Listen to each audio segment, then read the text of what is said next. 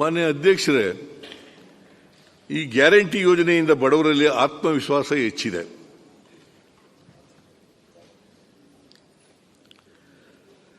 ಅವರೆಲ್ಲರೂ ಕೂಡ ಸ್ವಾಭಿಮಾನಿಗಳಾಗ್ತಾ ಇದ್ದಾರೆ.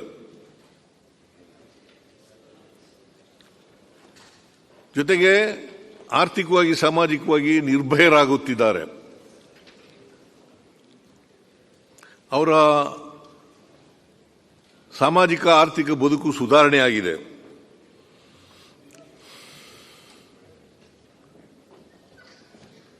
ಒಂದು ಸಮಾನತೆ ಭಾವ ಬರಲಿಕ್ಕೆ ಸಾಧ್ಯ ಆಗಿದೆ. ಯಾಕಂದ್ರೆ ಬಸವಣ್ಣವರು ಹೇಳಿದ್ರು, ಬುದ್ಧ ಹೇಳಿದ್ರು, ಅಂಬೇಡ್ಕರ್ ಅವರು ಹೇಳಿದ್ರು.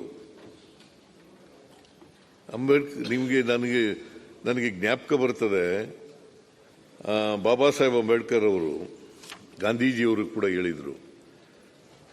ಬಾಬಾ ಸಾಹೇಬ್ ಅಂಬೇಡ್ಕರ್ ಅವರು 1949 ನವೆಂಬರ್ 25ನೇ ತಾರೀಕು 1949 25ನೇ ತಾರೀಕು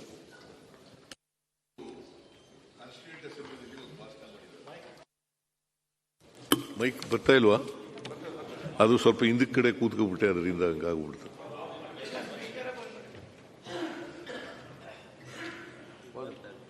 ಒಂದು ಭಾಷಣ ಮಾಡಿದ್ದಾರೆ.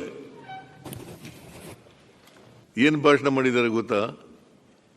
ಅರವಿಂದ್ ಬೆಲ್ಲದ್, ಕೇಳಿಸ್ಕೊ ನೀನು ಇದನ್ನ.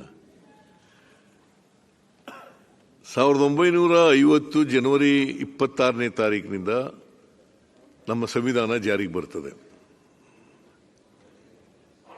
ನಾವು ಅವತ್ತು ಅಸಮಾನತೆ ಇರ್ತಕ್ಕಂಥ, ವೈರುಧ್ಯತೆ ಇರ್ತಕ್ಕಂಥ ಸಮಾಜಕ್ಕೆ ಕಾಲಿಡ್ತಾ ಇದ್ದೀವಿ.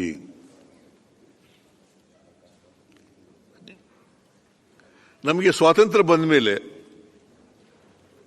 ರಾಜಕೀಯ ಸ್ವಾತಂತ್ರ್ಯ ಬಂದಿದೆ, ರಾಜಕೀಯ ಪ್ರಜಾಪ್ರಭುತ್ವ ಸಿಕ್ಕಿದೆ. ಆದರೆ ಇನ್ನೂ ಕೂಡ ಆರ್ಥಿಕ ಸಾಮಾಜಿಕ ಸ್ವಾತಂತ್ರ್ಯ ಸಿಕ್ಕಿಲ್ಲ. ಅದು ಸಿಕ್ಕಬೇಕಾದ್ರೆ ಯಾರು ಕಟ್ಟ ಕಡೆಯ ಮನುಷ್ಯರಿದ್ದಾರೆ ಅವರಿಗೆ ನಾವು ಸಮಾನತೆಯನ್ನ ಕೊಂಡೋಗ್ತಕ್ಕಂಥ ಇದಕ್ಕೆ ಮುಖ್ಯವಾಹಿನಿಗೆ ಕೊಂಡೋಗ್ತಕ್ಕಂಥ ಪ್ರಯತ್ನವನ್ನು ಮಾಡಬೇಕು. ಅದು ಮಾಡಿದಾಗ ಮಾತ್ರ ಸಾಧ್ಯ ಆಗ್ತದೆ, ಇಲ್ಲಿರೋ ಆಗಲ್ಲ. ಇದನ್ನ ನಾವು ಮಾಡ್ತಾ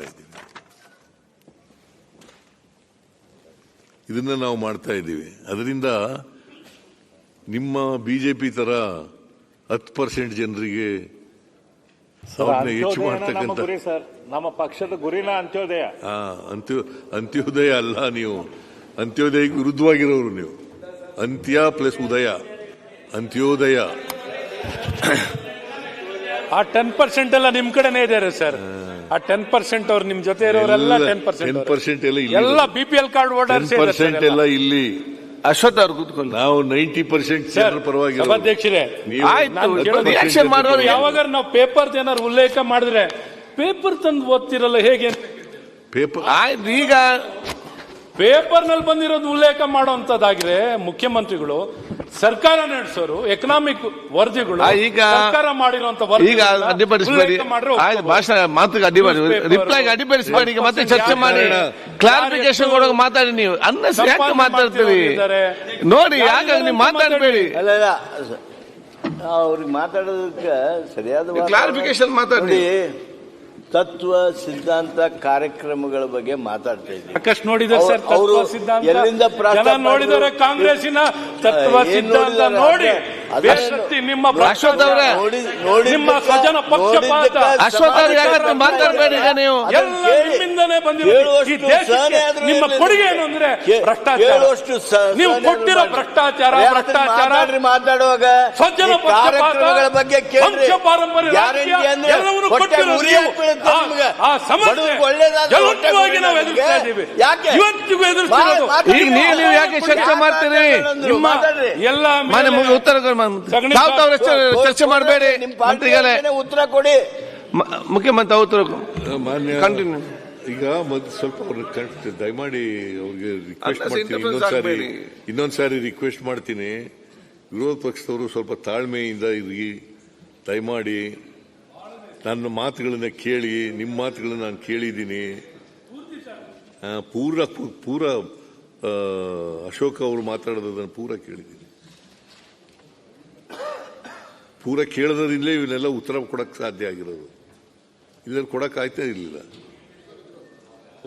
ಅವ್ರು ಯಾರು ಈ ವಿಷಯ ಮಾತಾಡೇ ಇಲ್ಲ ಸರ್. ಆ ವಿಷಯ ಬಿಟ್ಟು ಇನ್ನೆಲ್ಲಾನು ಅಶ್ವಥ್ ಅವರೇ ಪ್ರತಿಯೊಂದು ಮಾತಾಡಬೇಡಿ. ನೀವು ಮಾತಾಡಿಲ್ಲ ಅಲ್ವಾ? ರಾಜ್ಯಪಾಲರ ಡ್ರೆಸ್ ಮೇಲೆ ನೀವು ಮಾತಾಡಲಿಲ್ಲಲ್ಲ? ಮಾತಾಡಿದ್ದಾರೆ. ಅವ್ರು ಮಾತಾಡಿರೋ ಸಬ್ಜೆಕ್ಟ್ ನೀವು ಮಾತಾಡ್ತಿರೋ ಸಬ್ಜೆಕ್ಟ್ ಆಯ್ತು, ಎರಡೂ ಬೇರೆ. ಅಶ್ವಥ್ ಅವರೇ ಅಶ್ವಥ್ ಯಾಕೆ ಅನ್ನಿಸ್ತೀರಿ ನೀವು ಮಾತಾಡ್ತೀರಿ? ಏನಿಲ್ಲ ಸಭಾಧ್ಯಕ್ಷ, ನೀವು ಮಾತಾಡಿಲ್ಲಪ್ಪ. ಅಶ್ವಥ್ ನಾರಾಯಣ ಮಾತಾಡಿಲ್ಲ.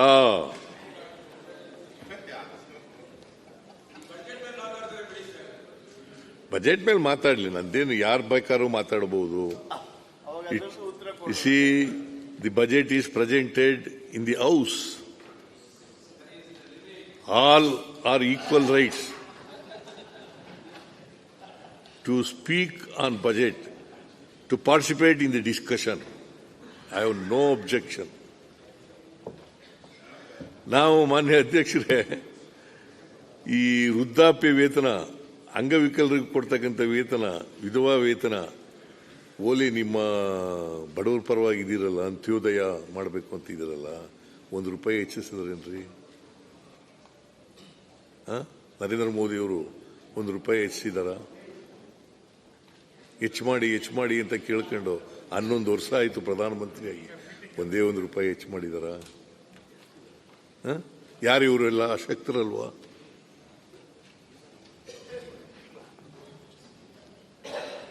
ಅಶಕ್ತರಲ್ವಾ ಇವರೆಲ್ಲ?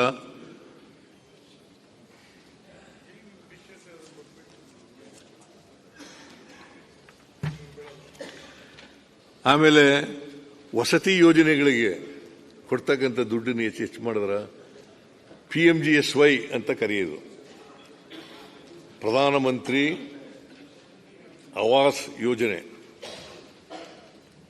ಎಷ್ಟು ಕೊಡೋದು ಗ್ರಾಮೀಣ ಜನರಿಗೆ? 72,000 ರೂಪಾಯಿ ಕೊಡೋದು. ಅದರಲ್ಲಿ ನಾವು 48,000 ರೂಪಾಯಿ ಕೊಡ್ತೀವಿ. ಪರಿಶಿಷ್ಟ ಜಾತಿ ಪರಿಶಂಗಡವರಿಗೆ 55,000 ಹೆಚ್ಚಾಗಿ ಕೊಡ್ತೀವಿ. 1,03,000 ರೂಪಾಯಿ ನಾವು ಕೊಡ್ತೀವಿ, ಇವ್ರು ಕೊಡೋದು 72,000 ರೂಪಾಯಿ. ಅದರಲ್ಲಿ GST ಬೇರೆ ಮಾಡ್ತೀರಿ. ನಮಗೆಲ್ಲಿ ಬರ್ತದೆ? ಈ 50% ಅಪ್ಪ, ಸರಿಯಾಗಿ ತಿಳ್ಕೊ. ನಮಗೇನು ಬರ್ತಾ ಇಲ್ಲ. ಈಗ GST ನಿಲ್ಲಿಸ್ಬಿಟ್ರು 22ನೇ ಇಸ್ವಿನಲ್ಲಿ.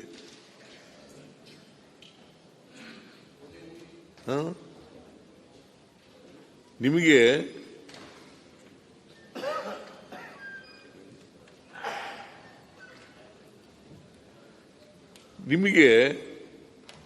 ಗೊತ್ತಾ ನಾವು ಎಷ್ಟು ತೆರಿಗೆ ಕೊಡ್ತೀವಿ ಅಂತ ಈ ವರ್ಷ? ಎಷ್ಟು ಹೇಳಿ ನೋಡೋಣ. 25-26ಕ್ಕೆ ನಾವು ತೆರಿಗೆ ಕೊಡ್ತಕ್ಕಂಥದ್ದು 5 ಲಕ್ಷ ಕೋಟಿ.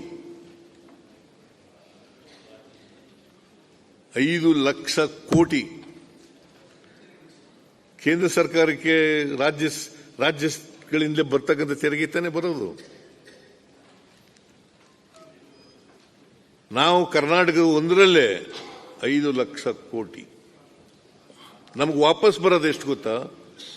ಅಂದಾಜು 51,000 ಕೋಟಿ.